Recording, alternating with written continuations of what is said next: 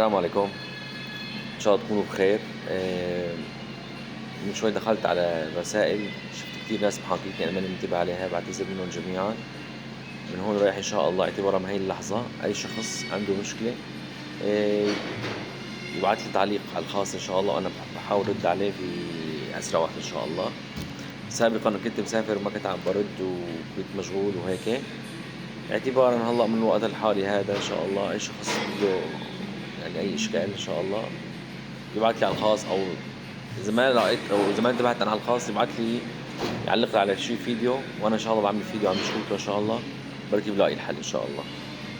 إذا كان عن براد، عن غسالة، عن نشافة، عن جلاية، عن جهاز تبريد كبير chiller أو مكيف أو أي شي، إن شاء الله أنا باحاول أساعدكم قدر الاستطاعة. هادول كلّياتهم إن شاء الله باقدر باحل أغلب مشاكلهم إن شاء الله.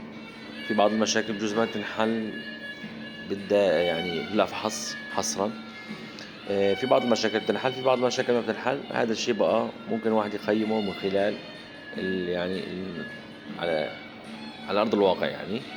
وفي بعض المشاكل أنا وأغلب المشاكل إن شاء الله بتنحل معي على التليفون.